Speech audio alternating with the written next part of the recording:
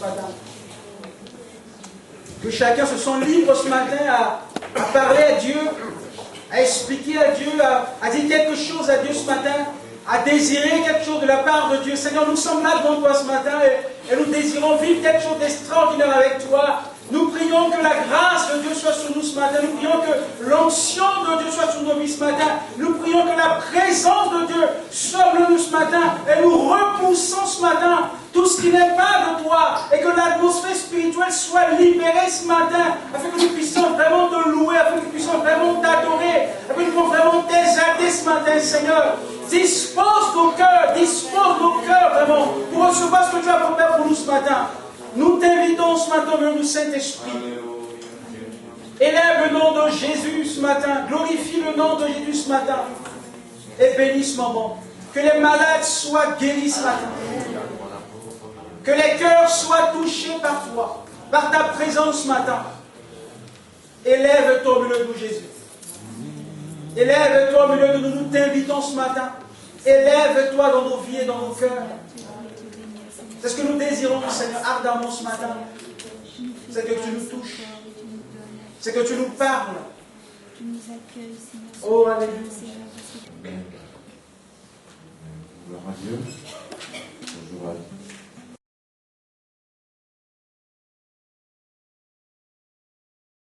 toutes et à tous.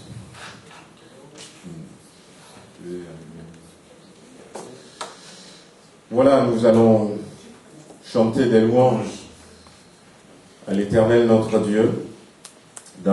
C'est dans 2 Chroniques, chapitre 20, où la Bible dit que, certains connaissent ce passage, c'était un temps dans la vie du peuple d'Israël, et ce jour-là, il y avait beaucoup d'armées qui ont attaqué le peuple d'Israël. Il y avait les Ammonites, les Moabites et ceux de la montagne de Séir qui ont décidé de se mettre tous ensemble et d'écraser le peuple d'Israël. Donc c'était une arme immense, nombreuse. Et lorsque la chose a été sue, le roi Josaphat avait eu peur. La Bible dit que le roi a eu peur parce qu'il y a une armée immense qui est là et il savait que leur vie allait s'arrêter là. Et dans leur peur, qu'est-ce qu'ils ont fait? Ils ont cherché la face du Seigneur. Ils ont prié, ils ont jeûné, ils ont demandé à Dieu de les secourir. Puis, il y avait un prophète qui était là, qui les avait encouragés avec la parole de Dieu. Mais on va quand même aller au combat. On va quand même aller au combat. Et ils sont partis au combat, mais je ne sais pas dans quel état ils étaient. Des fois on prie Dieu, on dit on a la foi, on ne sait pas trop si Dieu va intervenir, ce qui va se passer. Ils ne savaient pas du tout comment est-ce que Dieu va agir, Dieu va réagir, est-ce que Dieu va donner la victoire. Peut-être parmi ceux qui étaient là, ils se regardaient en disant peut-être lui ne reviendra plus, peut-être moi je ne reviendrai plus. Ils étaient dans cet état.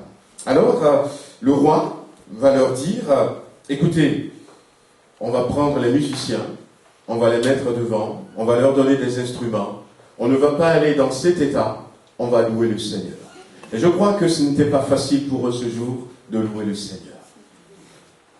Mais la Bible dit que à partir du moment où ils ont commencé à louer le Seigneur, c'est à partir de ce moment que Dieu va agir. Amen. Alléluia. La puissance, la force de la louange. Oui, ils étaient arrivés, personne n'a perdu la vue. Ils sont revenus avec des butins. La Bible dit qu'à partir du moment où ils ont commencé à louer, les Moabites et les Ammonites se sont tournés contre ceux de la montagne de Séir. Ils les ont tués. Il y a eu une querelle interne. Et après, lorsqu'il n'y a plus personne de l'armée de la montagne de Séir, les Moabites et les Ammonites se sont eux-mêmes entretués. Il ne restait même pas une seule personne. Wow. Ce matin, je ne sais pas dans quel état vous êtes, mais nous voulons vous inviter. Allons acclamer l'Éternel Dieu. Allons célébrer le Dieu de notre salut. Allons vers lui, chantons. Amen. On va se mettre debout et puis on peut se taper les mains.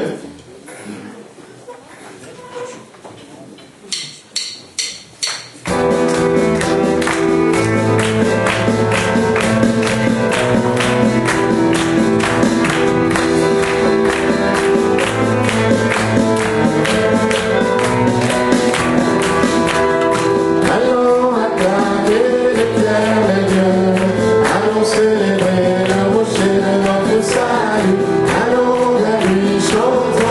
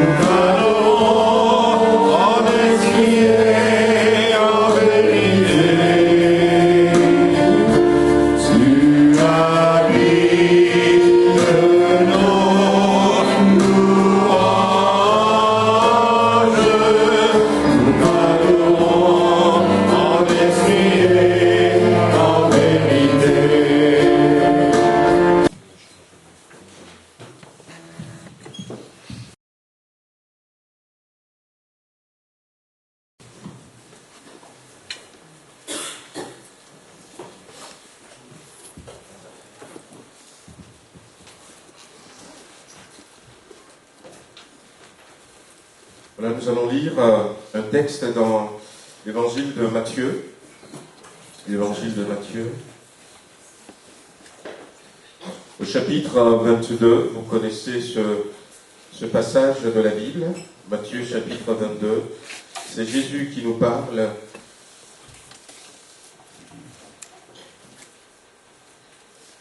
Jésus nous parle de la fin des temps.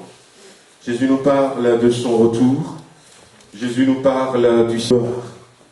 Que personne ne soit privé de cette grâce que Dieu nous a fait, nous a accordée. Et Jésus va enseigner à plusieurs reprises pour nous amener à prendre conscience de l'importance pour nous d'aller dans cet endroit merveilleux, Alors, il va utiliser des paraboles, entre autres, cette parabole dont il est question dans Matthieu chapitre 22, vous connaissez, c'est la parabole de noces. Mais nous n'allons pas tout lire, nous allons simplement lire à partir du verset 8. Alors, il dit à ses serviteurs, les noces sont prêtes, mais les conviés n'en étaient pas dignes. Allez donc dans les carrefours et appelez aux noces tout ce que vous trouverez. Et ses serviteurs allèrent dans les chemins, rassemblèrent tout ce qu'ils trouvèrent, méchants et bons, et la salle des noces fut pleine de convives. Le roi entra pour voir ceux qui étaient à table, et il aperçut là un homme qui n'avait pas revêtu un habit de noces. Et il dit, mon ami, comment es-tu entré ici sans avoir un habit de noces? Cet homme eut la bouche fermée. Alors le roi dit aux serviteurs, liez-lui les pieds et les mains, et jetez-le dans les ténèbres du dehors, où il y aura des pleurs et des grincements de dents, car il y a beaucoup d'appelés, mais peu d'élus.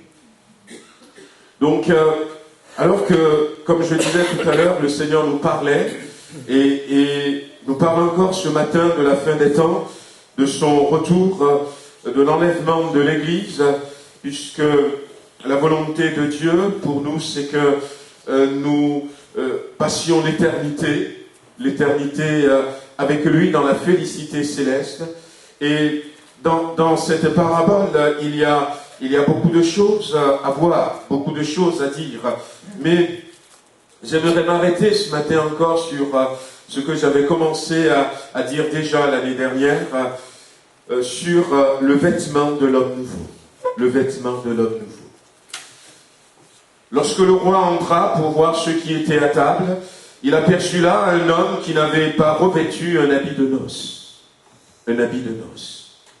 Et ce matin, j'ai entendu une personne qui dans sa louange, disait ma robe a été lavée dans le sang de Jésus-Christ, quelque chose comme ça, et je veux conserver ma robe pure. Je veux conserver ma robe pure. On dit souvent que l'habit ne fait pas le moine, parce que l'apparence peut être trompeuse,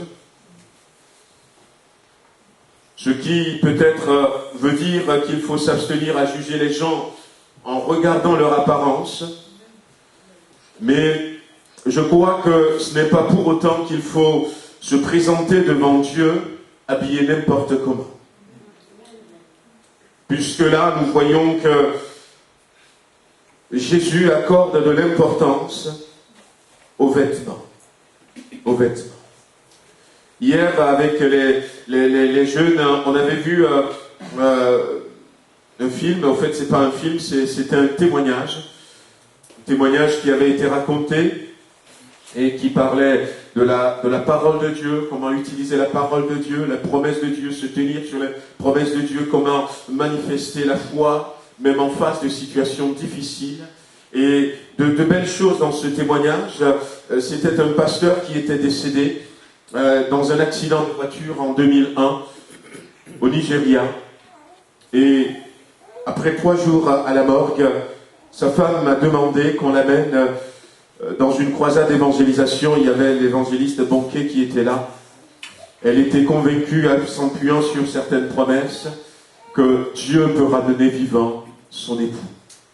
Mais ce que j'avais fait remarquer aussi hier aux jeunes, c'est que cet homme, quand il était revenu, c'était tout un témoignage, ils ont prié, voilà, ça a été progressivement, merci Seigneur.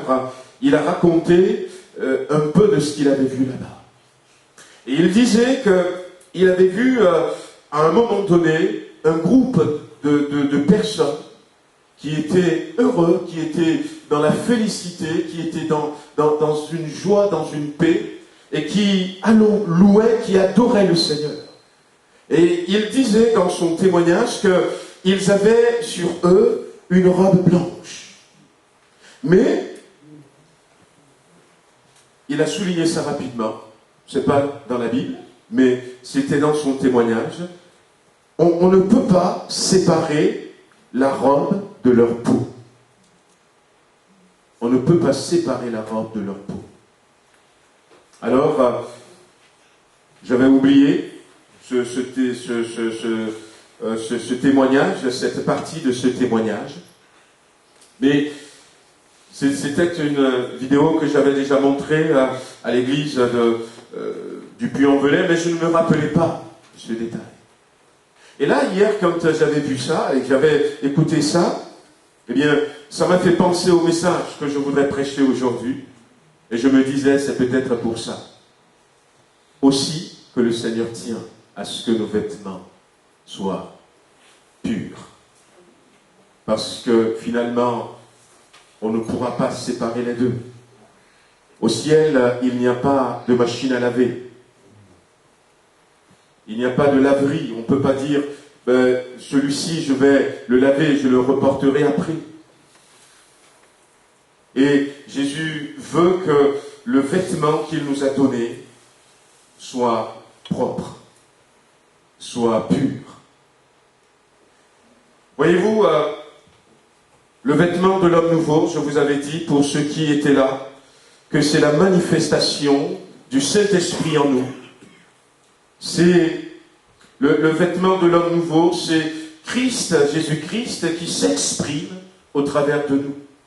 L'apôtre Paul nous en parle dans Éphésiens chapitre 4, mais avant d'aller là-bas, j'aimerais simplement m'arrêter sur l'importance d'un vêtement. L'importance d'un vêtement. Au début, lorsque Dieu a créé Adam et Ève, Dieu ne leur avait pas donné de vêtements. Ils étaient nus, mais ils ne le savaient pas. Et puis, dans Genèse chapitre 3, le verset 7, le verset 21, la Bible dit au verset 7 que lorsque ils ont ouvert leurs yeux, ils ont vu qu'ils étaient nus, alors ils se sont fabriqués un vêtement, les yeux de l'un et de l'autre s'ouvrirent, ils connurent qu'ils étaient nus, ayant cousu des feuilles de figuier, ils s'en firent des ceintures. Pour la première fois dans l'histoire de l'humanité, l'homme va chercher à avoir un vêtement. Et puis, au verset 21, entre-temps, Dieu était venu, ils étaient partis se cacher, Dieu va s'entretenir avec eux, et le verset 21 nous dit, l'Éternel Dieu fit à Adam et à sa femme des habits de peau, et il les en revêtit. Dieu a vu dans quel état ils étaient, et puis Dieu va les encourager à avoir maintenant un vêtement. Et Dieu ira même jusqu'à considérer que ce qu'ils ont fabriqué eux-mêmes n'était pas bien pour être un vêtement, et Dieu va leur en fabriquer un autre. À quoi sert un vêtement? Un vêtement, si je veux venir dans cet ordre, sert d'abord à nous couvrir notre nudité. À couvrir notre nudité. Et c'est important, les vêtements jouent un rôle important dans la pudeur, dans la pudeur. C'est important ce qui s'était passé à ce moment-là dans le jardin d'Éden. Et ce que Dieu avait voulu nous dire, désormais Dieu veut que l'homme se couvre. Avant, il n'y en avait pas besoin. Mais maintenant, il veut que l'homme se couvre. Il veut que la nudité de l'homme ne soit pas livrée à tout le monde. Et nos vêtements vont d'abord servir à cela. Et c'est important de s'habiller, même quand des fois on regarde des documentaires, on va voir des gens qui sont encore dans la brousse, on en voit qui, la plupart des temps, ne sont plus nus. Même s'ils n'ont pas de vêtements, ils ont quand même quelque chose au niveau de la hanche. Alors, pourquoi est-ce que Dieu veut que la nudité de l'homme soit couverte? Dieu a encouragé Adam et Ève dans ce sens. Eh bien, parce que l'apôtre Paul nous en parle dans 1 Corinthiens chapitre 2, verset 4. On va lire ce verset, on est sur 1 Corinthiens depuis quelque temps. Dans 1 Corinthiens, chapitre 2, verset 14, on peut lire même à partir du verset 12. Or, nous n'avons pas reçu l'esprit du monde, mais l'esprit qui vient de Dieu, afin que nous connaissions les choses que Dieu nous a données par sa grâce. Et nous en parlons, non avec des discours qu'enseigne la sagesse humaine, mais avec ceux qu'enseigne l'Esprit, employant un langage spirituel pour les choses spirituelles. Mais l'homme animal ne reçoit pas les choses de l'Esprit de Dieu, car elles sont une folie pour lui, et il ne peut les connaître, parce que c'est spirituellement qu'on en juge. L'apôtre Paul va utiliser ce thème plus d'une fois dans ses écrits. Il va appeler l'homme animal. Alors, certains doivent se rappeler un peu déjà, parce que j'en avais parlé une fois. L'homme animal. C'est qui l'homme animal? Eh bien, c'est tous ceux qui n'ont pas Jésus-Christ dans leur cœur. C'est ceux qui ne sont pas sauvés. J'ai regardé un peu dans la Bible et j'ai cherché qu'est-ce que l'apôtre Paul voudrait dire en grec par l'homme animal. Et ce que j'ai trouvé, je vous cite, l'homme animal, c'est celui chez qui la nature sensuelle, qui est sujet aux appétits et aux passions, domine. C'est l'homme livré à sa propre inspiration. C'est un non spirituel. C'est quelqu'un qui s'adonne totalement à la chair et qui est enraciné dans la chair. C'est ce qui appartient à la vie animale ou qui est contrôlé simplement par les appétits et les passions de la nature sensuelle. C'est ce que l'homme était devenu après la chute. Après la chute. C'est important de le savoir pour nous parce que l'homme avait perdu tout retenu. Tout ce qui, puisque lorsque nous parlons de la pudeur, nous parlons de la retenue, nous parlons de réserve, nous parlons de pudeur, nous parlons de chasteté, mais l'homme qui a été créé par Dieu a perdu cette dimension. L'homme était devenu charnel. Et pour éviter que, et finalement, eh bien, le relationnel que Dieu veut entre nous ne soit gommé que par des pulsions,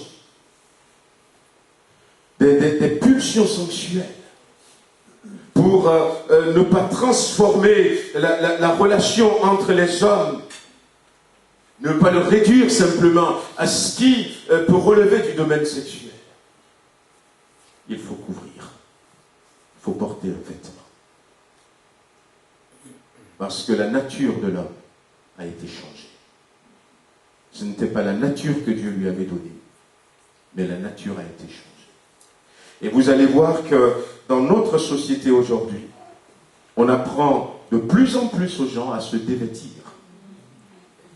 Et les crimes sexuels, les pulsions ne cessent d'augmenter. Ne cessent d'augmenter. C'est important de le savoir pour un enfant de Dieu. Parce que voyez-vous, notre vêtement, le vêtement de l'homme de Dieu, est Christ s'exprimant au travers de moi. Le Saint-Esprit se manifestant au travers de moi ne va pas encourager cela, mais va essayer de rester de manière à ce que ma vie, mon comportement, même mon habillement puisse livrer non pas ce message, mais un autre message. Je ne vais pas encourager cela parce que ce que l'apôtre Paul dit ici, il a dit c'est spirituellement qu'on en juge, et il va dire que, eh bien, l'homme animal ne reçoit pas ces choses. Mais je ne suis pas un homme animal.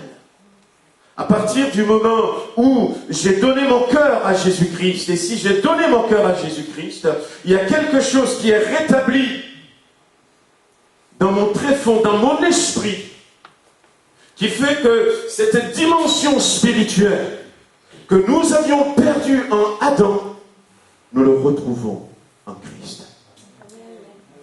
Nous le retrouvons en Christ. Alors, je ne me comporte pas comme ça. L'importance des vêtements. Et les vêtements servent à nous valoriser. À nous valoriser. Pourquoi? Parce que, voyez-vous, couvrir notre nudité, c'est finalement cacher ce qu'il y a de plus important, ce qu'il y a de plus noble dans un être humain. Le péché d'Adam et d'Ève, la rébellion,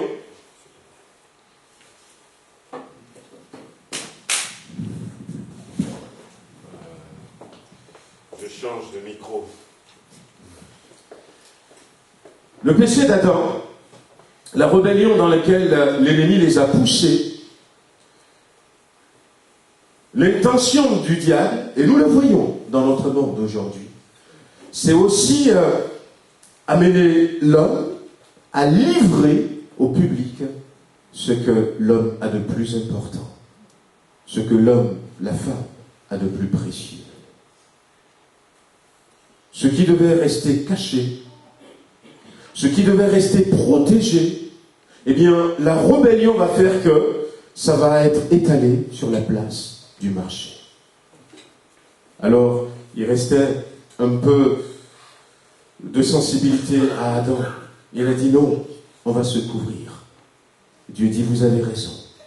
Maintenant, il faut protéger ce que vous avez de plus important, ce que vous avez de plus noble. La Bible nous dit dans Ésaïe 43, j'aime bien ce verset que je cite, je l'ai cité récemment, parce que tu as du prix à mes yeux, parce que tu as de la valeur à mes yeux, tu as de l'importance à mes yeux. Qu'est-ce qui, à l'époque d'Adam et Ève, qu'est-ce qui faisait la valeur des êtres humains? Ils n'avaient pas d'argent, ils n'avaient pas de compte en banque, ils n'avaient pas de lingots d'or, ils n'avaient même pas de maison, ils n'avaient peut-être même pas de cabane, mais ils avaient des richesses, des trésors. Et aujourd'hui, on en est arrivé, à cause de cela, à ne plus considérer ces trésors, à bafouer ces trésors. Dieu est d'accord, et Dieu va concevoir un vêtement. Bon, je ne sais pas comment est-ce que ce vêtement était, mais il va fabriquer carrément un vêtement pour couvrir l'homme. Et le vêtement de l'homme nouveau, c'est aussi penser à cela. Penser à cela. Que Dieu nous avait créé, Dieu nous avait donné une beauté, Dieu nous avait donné un trésor. Quelque chose qui, selon le livre des Proverbes, que ta citerne, ce n'est pas tout le monde qui doit boire dans cette citerne, dans ce citerne. Et nous devons aller dans ce sens. Faire attention à ce que ce qui a de la valeur soit caché et soit dévoilé seulement lorsque ce sera le moment. Filles de Jérusalem, je vous en conjure, ne réveillez pas l'amour avant qu'il ne le veuille. Cantique des cantiques. Oui. Un vêtement est fait pour nous protéger, c'est une barrière protectrice contre les intempéries, le froid, la chaleur, peut-être la pluie, la neige, les agressions extérieures qui peuvent y avoir, même certaines maladies, des risques chimiques peut-être. Mais le vêtement, en constituant une barrière protectrice pour nous, va contribuer à la propreté de notre corps. Celui qui est lavé n'a plus besoin de laver tout le corps. Pourquoi? Parce qu'il a mis un vêtement. Et le corps était protégé contre la poussière. Ils n'avaient pas de chaussures, alors ils marchaient à pied sur l'argile, dans le sable, là où ils peuvent. Il y a des charrettes qui sont tirées, il y a de la poussière qui était soulevée. Mais le corps était protégé. Et c'est sur cet aspect que j'aimerais m'arrêter aussi quelques instants. Contribuer à la propreté de notre corps, en nous protégeant contre les saletés extérieures. Oui. Le vêtement spirituel que Christ nous a donné, c'est pour ça que nous devons conserver cette robe pure. Il nous l'a donné pour nous protéger contre les saletés extérieures, contre toute impureté qui peut vouloir nous atteindre, contre toute souillure qui vient de l'extérieur. Et c'est à moi de faire attention sur le plan spirituel, de ne pas me laisser souiller, parce que ce qui me tâche, eh bien, tâche mon vêtement. Au ciel, tout est transparent. Tout est transparent. On ne sait pas en quelle matière est faites les choses là-bas, mais tout est transparent. Tout est visible. Et même si je dis c'est dans mon cœur, mais non, c'est visible. On voit toutes les taches. Et le vêtement que je porte sur moi, ce vêtement ne serait pas pur. Jésus, un jour, dans Matthieu, dans Marc et dans Luc, chacun de ces trois évangélistes ont raconté cette histoire. Où Jésus était sur la montagne en train de prier, et tout à coup, ses vêtements ont changé de couleur. Et les disciples ont pu voir comment c'était là-bas. Il disait que c'était tellement blanc qu'il n'y a pas de machine à laver, donc c'est moi qui actualise. Il n'y a pas de machine à laver sur terre qui peut laver aussi blanc. Il n'y a pas de lessive qui peut laver aussi blanc. Et c'est ce vêtement, c'est cette robe que Christ nous a donnée. Et c'est à nous de faire attention, de ne pas souiller notre vêtement et de nous garder purs tout au long de cette année. De nous conserver dans la propreté. Dans la propreté. Quand on est propre, on le sait.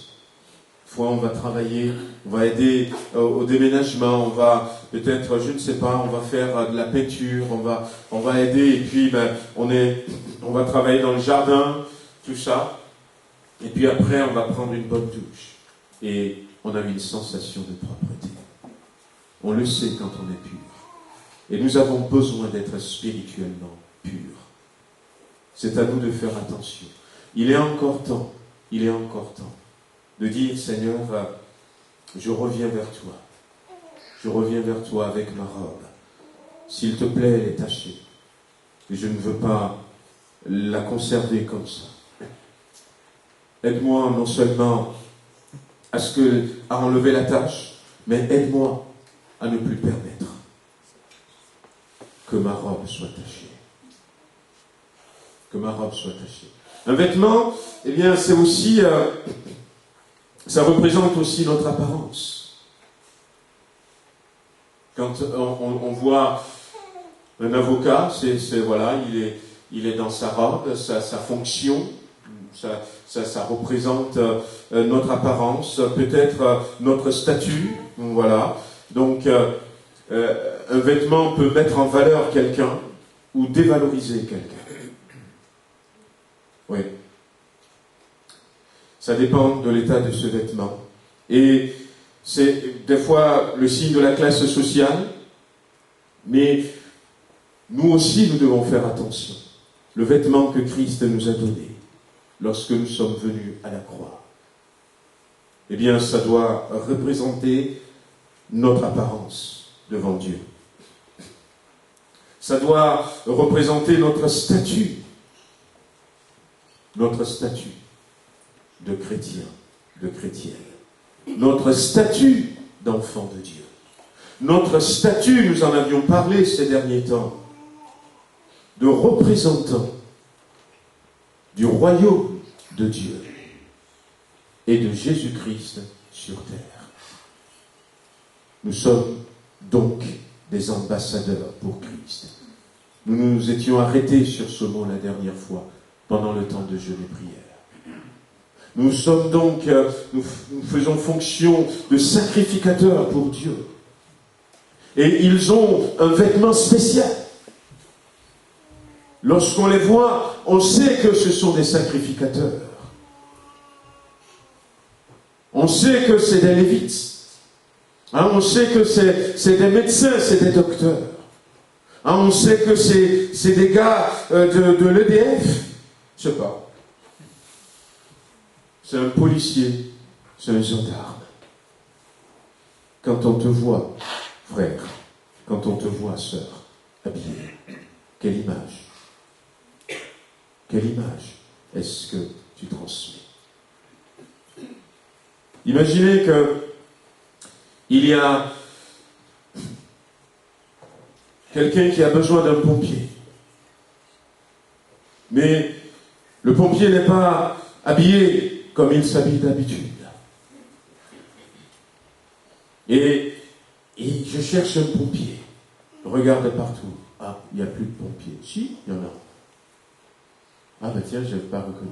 Comme tu n'avais pas le vêtement. Combien cherche peut-être Dieu aujourd'hui? Mais il n'est pas visible. Parce que la mentalité qui prédomine ces derniers temps, c'est faire comme le monde. Faut pas être différent des autres, il faut être pareil comme eux. Mais est-ce que nous sommes appelés à être pareil comme le monde, ou nous sommes appelés à refléter le royaume de Dieu? À refléter le royaume de Dieu.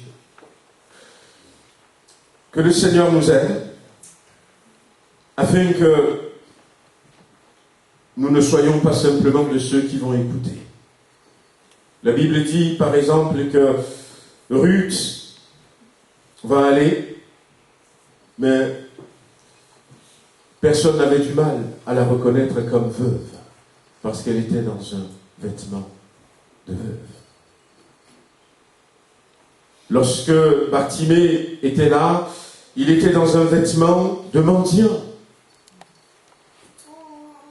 La première des choses que le Père va faire dans Luc chapitre 15, lorsque son fils était revenu, il l'a vu de loin, il était sorti, il a couru à sa rencontre, il le prend dans ses bras, et le fils va commencer à dire, « Père, j'ai péché contre le ciel et contre toi, je ne suis plus digne d'être appelé ton enfant. » Mais le Père a dit, « Apportez vite la plus belle robe. »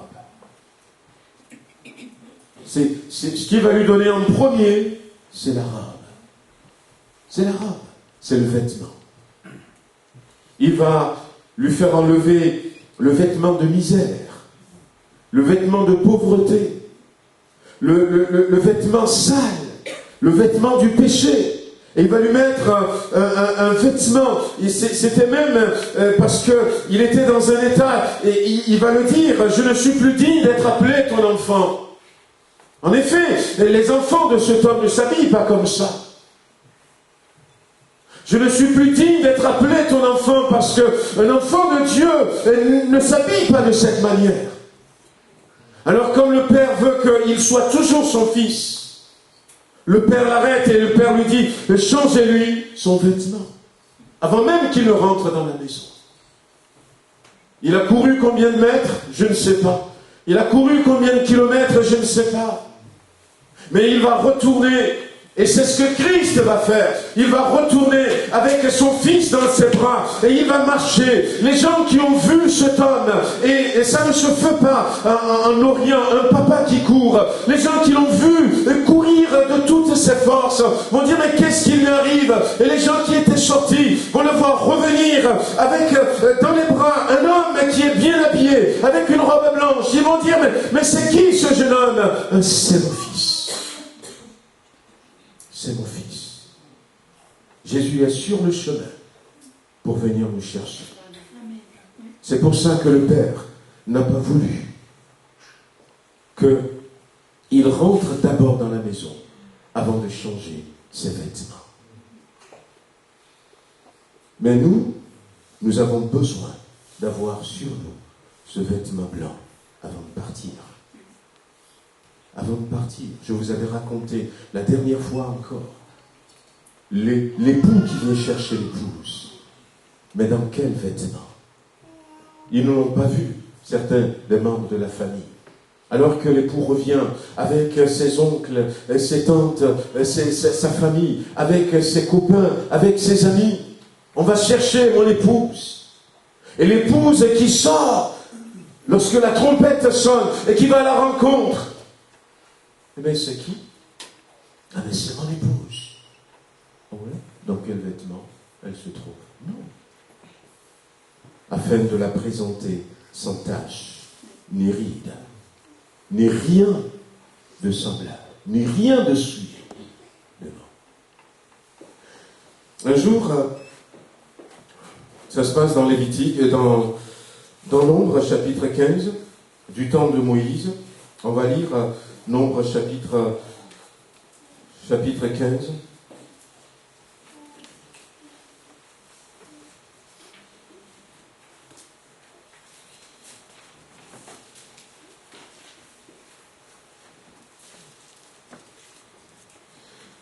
Alors, je vais voir, on va lire à partir du Nombre, chapitre 15. Bon, je cherche. On va lire.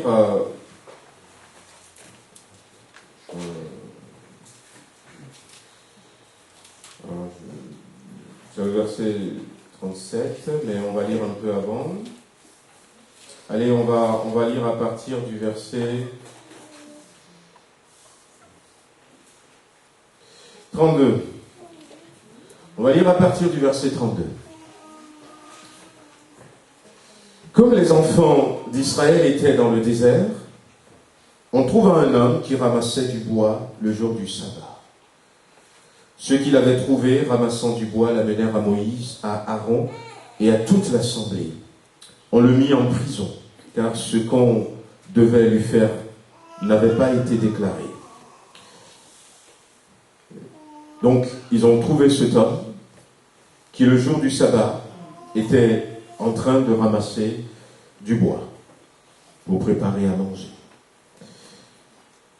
Et on le met en prison en attendant ce que Dieu va dire. Et l'Éternel dit à Moïse, cet homme sera puni de mort. Et toute l'assemblée le lapidera hors du camp.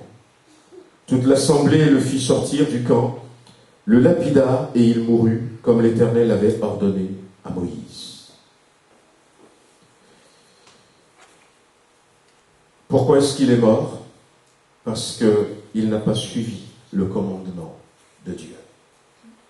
Il a désobéi à la loi de Dieu. Mais c'est peut-être dur, mais c'est la sentence. Des fois, quand on lit l'Ancien Testament, on pense que c'est dur, il y a des épisodes qui sont durs, qui sont compliqués. Mais prenons l'Ancien Testament comme l'apôtre Paul l'a dit, comme ce pédagogue pour nous amener à Christ. Pour nous montrer l'importance de la grâce. Parce que dans l'Ancien Testament, nous étions incapables. Nous n'avons aucun moyen. Et si on ne comprend pas ces choses, on ne peut pas apprécier à sa juste valeur la grâce que Christ nous a apportée. Le salaire du péché, c'est la mort. Et il n'y a pas de raccourci. Il n'y a pas d'autre choix. Le salaire du péché, c'est la mort. L'apôtre Paul le redira. Mais Dieu va pas s'arrêter là. L'Éternel dit à Moïse, parle aux enfants d'Israël et dis-leur qu'ils se fassent de génération en génération une frange au bord de leurs vêtements et qu'ils mettent un cordon bleu sur cette frange du bord de leurs vêtements. Quand vous aurez cette frange, vous la regarderez et vous vous souviendrez de tous les commandements de l'Éternel pour les mettre en pratique. Et vous ne suivrez pas les désirs de vos cœurs et de vos yeux pour vous laisser entraîner à l'infidélité. Vous vous souviendrez de mes commandements, vous les mettrez en pratique et vous serez saints pour votre Dieu. Car je suis l'Éternel. Dieu savait que cet homme qui était parti ramasser du bois, c'était probablement parce qu'il ne se rappelait plus de la loi de Dieu. Et à partir de ce jour, Dieu a demandé que dans nos vêtements, nous portons le signe qui va rappeler les commandements de Dieu. Certes, la loi est appliquée. La justice a été faite. Mais à partir de ce jour, de génération en génération, dit aux enfants d'Israël que dans leur habillement, ça doit pousser les gens à se dire, il existe Dieu. Et je dois suivre ses lois. Alors il y a quelques-uns qui le font encore aujourd'hui en Israël. Ils mettent des franges au bord de leurs vêtements. Qu'il y ait quelque chose dans ma manière de m'habiller qui rappelle Dieu, qui rappelle Jésus-Christ, qui rappelle le ciel. Pour que ceux qui sont dans l'oubli ne soient plus dans l'oubli. Le vêtement de l'homme nouveau. Le vêtement de l'homme nouveau. Alors, on va aller dans Éphésiens, on va terminer par Éphésiens chapitre 4.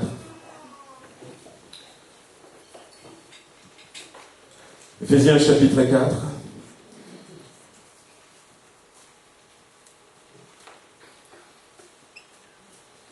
On va lire à partir du verset 20. Mais vous, ce n'est pas ainsi que vous avez appris Christ. Si du moins vous l'avez entendu, et si conformément à la vérité qui est en Jésus, c'est en lui que vous avez été instruits, à vous dépouiller, eu égard à votre vie passée, du vieil homme qui se corrompt par les convoitises trompeuses, et à être renouvelé dans l'esprit de votre intelligence, et à revêtir l'homme nouveau, créé selon Dieu, dans une justice et une sainteté que produit la vérité. C'est pourquoi renoncez aux mensonges, que chacun de vous parle selon la vérité à son prochain, car nous sommes membres les uns des autres. Si vous vous mettez en colère, ne péchez point, que le soleil ne se couche pas sur votre colère, ne donnez pas accès au diable, que celui qui dérobait ne dérobe plus, mais plutôt qu'il travaille en faisant de ses mains ce qui est bien, pour avoir de quoi donner à celui qui est dans le besoin, et qu'il ne sorte de votre bouche aucune parole mauvaise, mais qu'il y ait là quelques bonnes paroles qui servent à l'édification et communiquent une grâce à ceux qui l'entendent. N'attristez pas le Saint-Esprit de Dieu par lequel vous avez été scellés pour le jour de la rédemption, et que toute amertume, toute animosité, toute colère, toute clameur, toute calomnie et toute espèce de méchanceté disparaissent du milieu de vous. Soyez bons les uns envers les autres, compatissants, vous pardonnant réciproquement, comme Dieu nous a pardonné en Christ. Amen. Bien-aimés, on ne va pas pouvoir détailler tout cela, mais l'apôtre Paul nous invite à revêtir l'homme nouveau, à changer notre vêtement, à changer notre vêtement. Lorsque Jésus a appelé Bartimée, il a laissé tomber son manteau.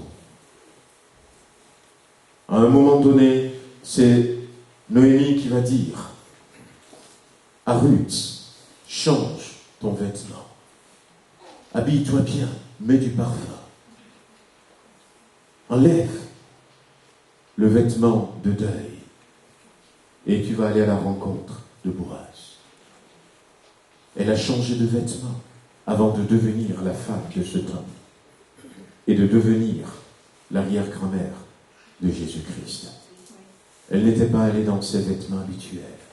Lève-toi, Pharaon t'appelle. On a dit à Joseph, il ne s'était pas présenté dans ses vêtements de prisonnier.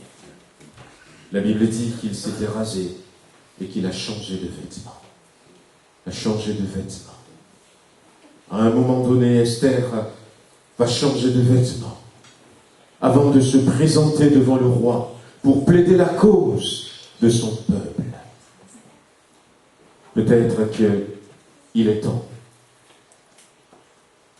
que quelqu'un change de vêtements.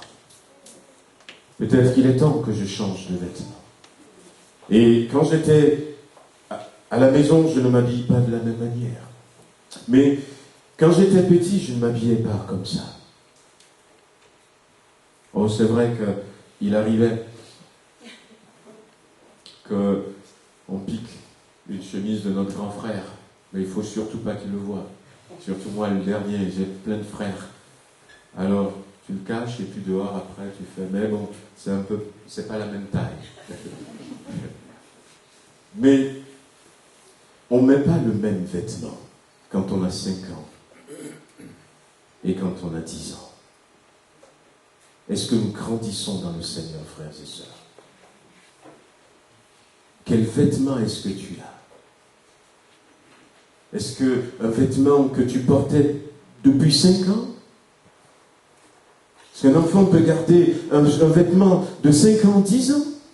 Mais non, quasiment toutes les années, on achète de nouveaux vêtements. Même si, à un moment donné, on estime que, voilà, on est déjà grand, on ne bouge plus au niveau de la taille, mais on renouvelle nos vêtements.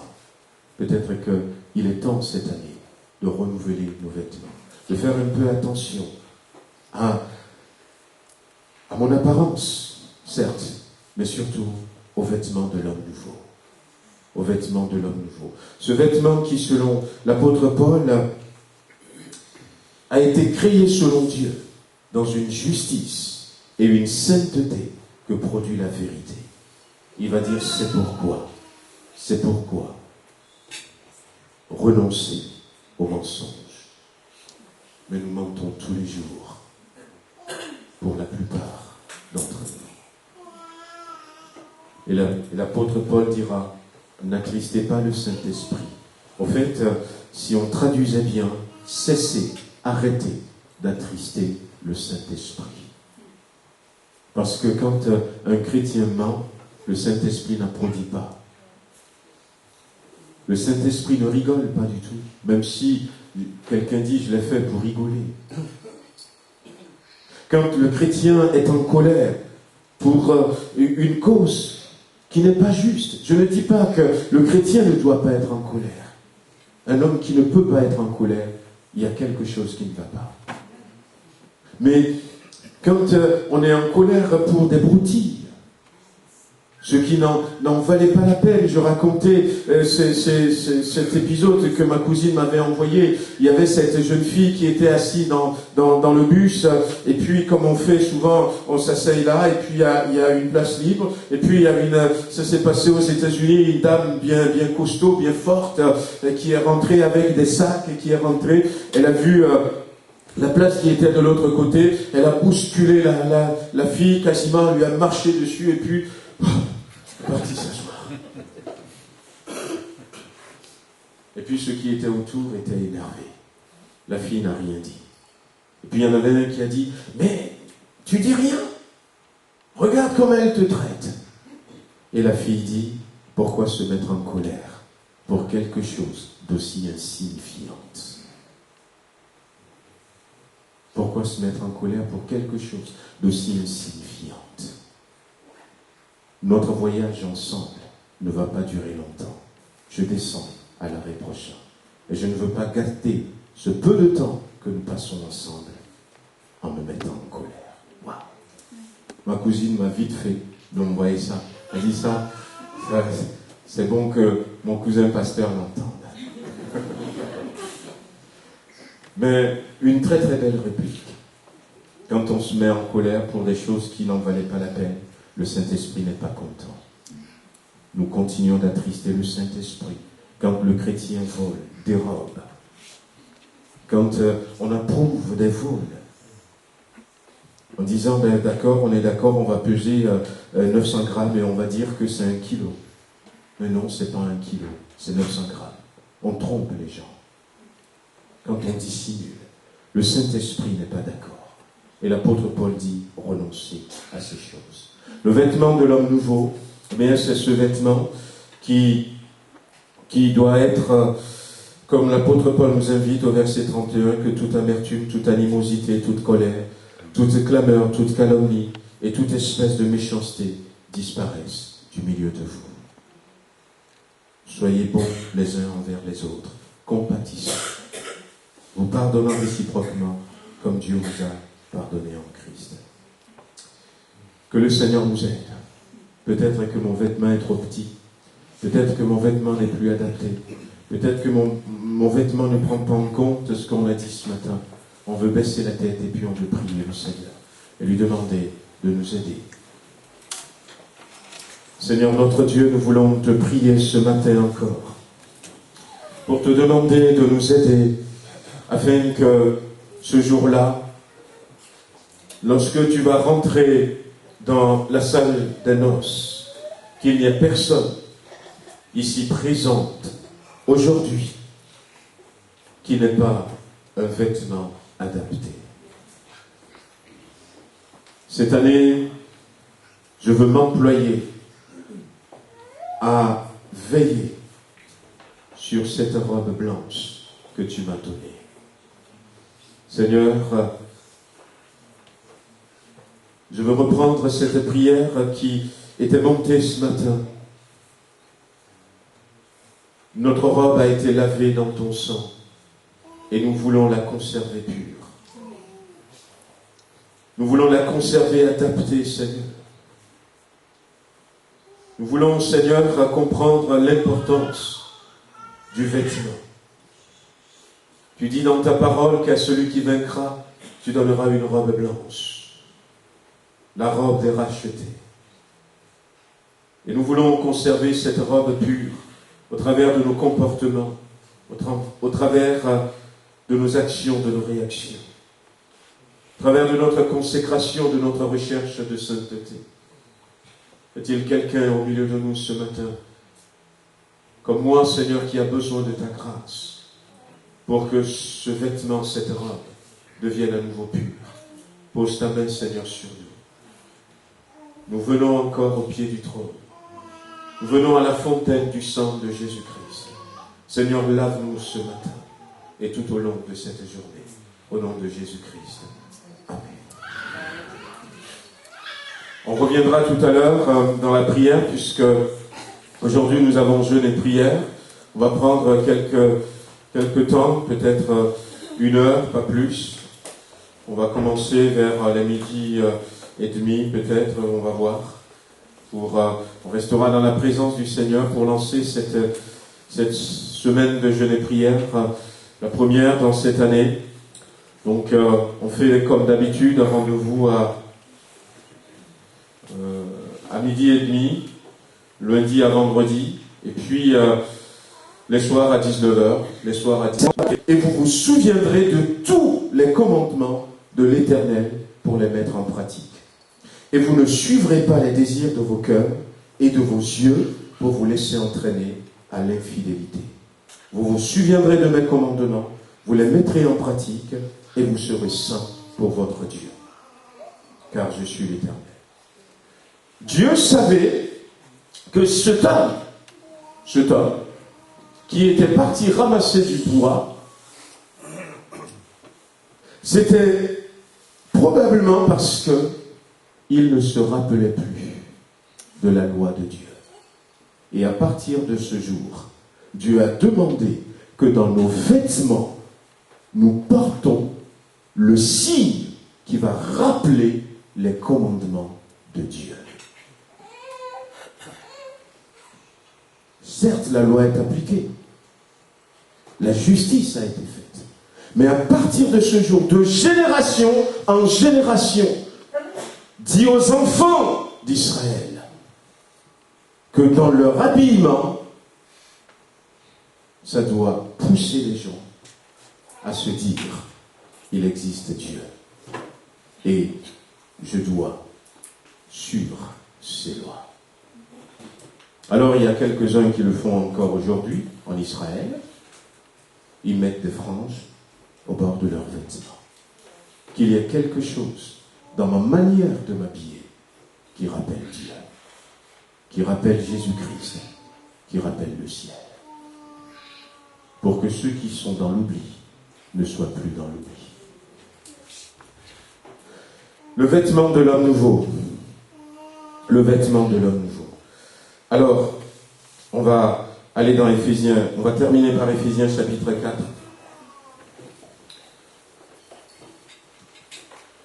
Éphésiens chapitre 4.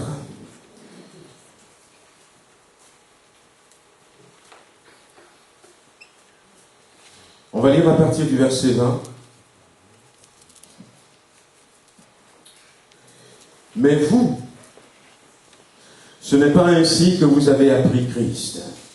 Si du moins vous l'avez entendu, et si conformément à la vérité qui est en Jésus, c'est en lui que vous avez été instruits, à vous dépouiller, eu égard à votre vie passée, du vieil homme qui se corrompt par les convoitises trompeuses, et à être renouvelé dans l'esprit de votre intelligence, et à revêtir l'homme nouveau, créé selon Dieu, dans une justice et une sainteté que produit la vérité.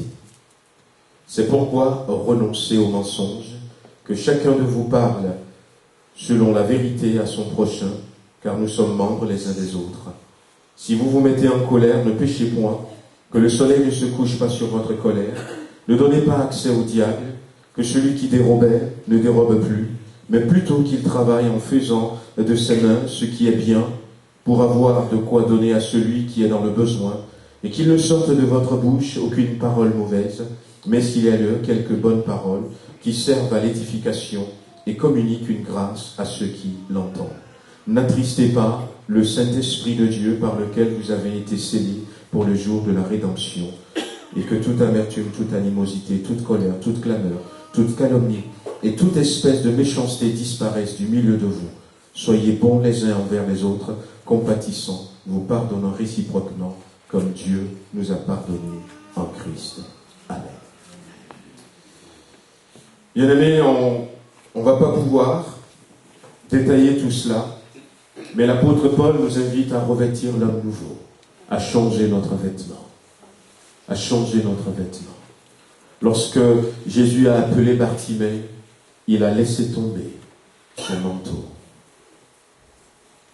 À un moment donné, c'est Noémie qui va dire à Ruth, change ton vêtement, habille-toi bien, mets du parfum, enlève le vêtement de deuil et tu vas aller à la rencontre de Boaz.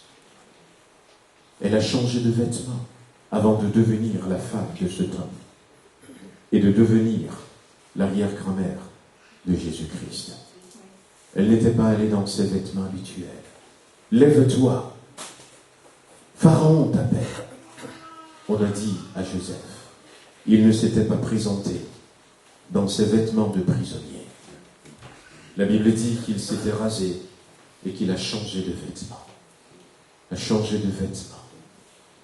À un moment donné, Esther va changer de vêtements avant de se présenter devant le roi pour plaider la cause de son peuple. Peut-être qu'il est temps que quelqu'un change de vêtements. Peut-être qu'il est temps que je change de vêtements. Et quand j'étais à la maison, je ne m'habille pas de la même manière. Mais quand j'étais petit, je ne m'habillais pas comme ça. Oh, c'est vrai qu'il arrivait qu'on pique une chemise de notre grand frère, mais il ne faut surtout pas qu'il le voie. Surtout moi, le dernier, j'ai plein de frères. Alors, tu le caches et puis dehors, après, tu fais, mais bon, c'est pas la même taille. Mais on ne met pas le même vêtement quand on a 5 ans et quand on a 10 ans. Est-ce que nous grandissons dans le Seigneur, frères et sœurs? Quel vêtement est-ce que tu as? Est-ce qu'un vêtement que tu portais depuis 5 ans? Est-ce qu'un enfant peut garder un vêtement de 5 ans, 10 ans? Mais non tout, quasiment toutes les années, on achète de nouveaux vêtements. Même si, à un moment donné, on estime que, voilà, on est déjà grand, on ne bouge plus au niveau de la taille, mais on renouvelle nos vêtements. Peut-être qu'il est temps cette année de renouveler nos vêtements, de faire un peu attention à mon apparence, certes, mais surtout aux vêtements de l'homme nouveau. Aux vêtements de l'homme nouveau. Ce vêtement qui, selon l'apôtre Paul, a été créé selon Dieu, dans une justice et une sainteté que produit la vérité. Il va dire, c'est pourquoi renoncer au mensonge. Mais nous mentons tous les jours, pour la plupart d'entre nous. Et l'apôtre Paul dira, n'attristez pas le Saint-Esprit. En fait, si on traduisait bien, cessez, arrêtez d'attrister le Saint-Esprit.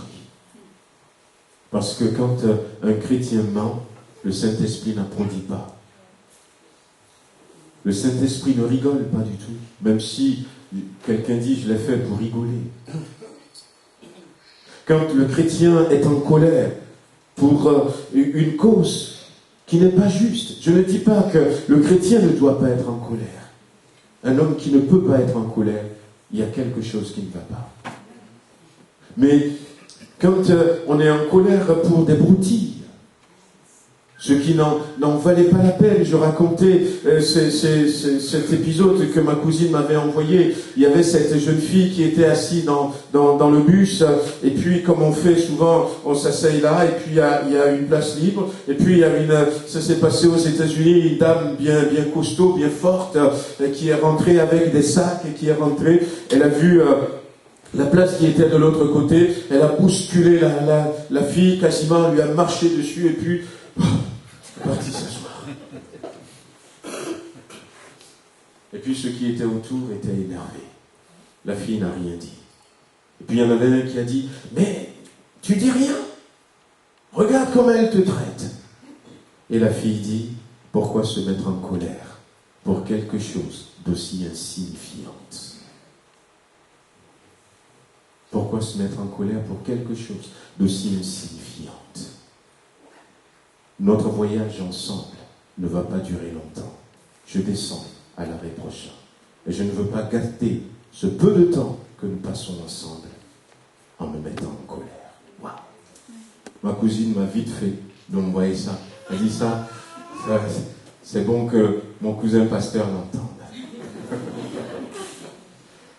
Mais une très très belle réplique. Quand on se met en colère pour des choses qui n'en valaient pas la peine, le Saint-Esprit n'est pas content. Nous continuons d'attrister le Saint-Esprit quand le chrétien vole, dérobe, quand on approuve des vols, en disant, ben d'accord, on est d'accord, on va peser 900 grammes et on va dire que c'est 1 kilo. Mais non, c'est pas 1 kilo, c'est 900 grammes. On trompe les gens. Quand on dissimule, le Saint-Esprit n'est pas d'accord. Et l'apôtre Paul dit, renoncez à ces choses. Le vêtement de l'homme nouveau, mais c'est ce vêtement qui doit être, comme l'apôtre Paul nous invite au verset 31, que toute amertume, toute animosité, toute colère, toute clameur, toute calomnie et toute espèce de méchanceté disparaissent du milieu de vous. Soyez bons les uns envers les autres, compatissants, vous pardonnant réciproquement comme Dieu vous a pardonné en Christ. Que le Seigneur nous aide. Peut-être que mon vêtement est trop petit. Peut-être que mon vêtement n'est plus adapté. Peut-être que mon vêtement ne prend pas en compte ce qu'on a dit ce matin. On veut baisser la tête et puis on veut prier le Seigneur et lui demander de nous aider. Seigneur notre Dieu, nous voulons te prier ce matin encore pour te demander de nous aider afin que ce jour-là, lorsque tu vas rentrer dans la salle des noces, qu'il n'y ait personne ici présente aujourd'hui qui n'ait pas un vêtement adapté. Cette année, je veux m'employer à veiller sur cette robe blanche que tu m'as donnée. Seigneur, je veux reprendre cette prière qui était montée ce matin. Notre robe a été lavée dans ton sang et nous voulons la conserver pure. Nous voulons la conserver adaptée, Seigneur. Nous voulons, Seigneur, comprendre l'importance du vêtement. Tu dis dans ta parole qu'à celui qui vaincra, tu donneras une robe blanche, la robe des rachetés. Et nous voulons conserver cette robe pure au travers de nos comportements, au travers de nos actions, de nos réactions, au travers de notre consécration, de notre recherche de sainteté. Est-il quelqu'un au milieu de nous ce matin, comme moi, Seigneur, qui a besoin de ta grâce, pour que ce vêtement, cette robe, devienne à nouveau pur? Pose ta main, Seigneur, sur nous. Nous venons encore au pied du trône. Nous venons à la fontaine du sang de Jésus-Christ. Seigneur, lave-nous ce matin et tout au long de cette journée. Au nom de Jésus-Christ. Amen. On reviendra tout à l'heure dans la prière, puisque aujourd'hui nous avons jeûne et prière. On va prendre quelques temps, peut-être 1 heure, pas plus. On va commencer vers les 12h30, peut-être, on va voir. On restera dans la présence du Seigneur pour lancer cette semaine de jeûne et prière, la première dans cette année. Donc on fait comme d'habitude un rendez-vous à 12h30, lundi à vendredi, et puis les soirs à 19h. Donc pour ceux qui peuvent, ce serait bien. Je voudrais aussi dire en parlant que nous avons un temps de jeûne et prière.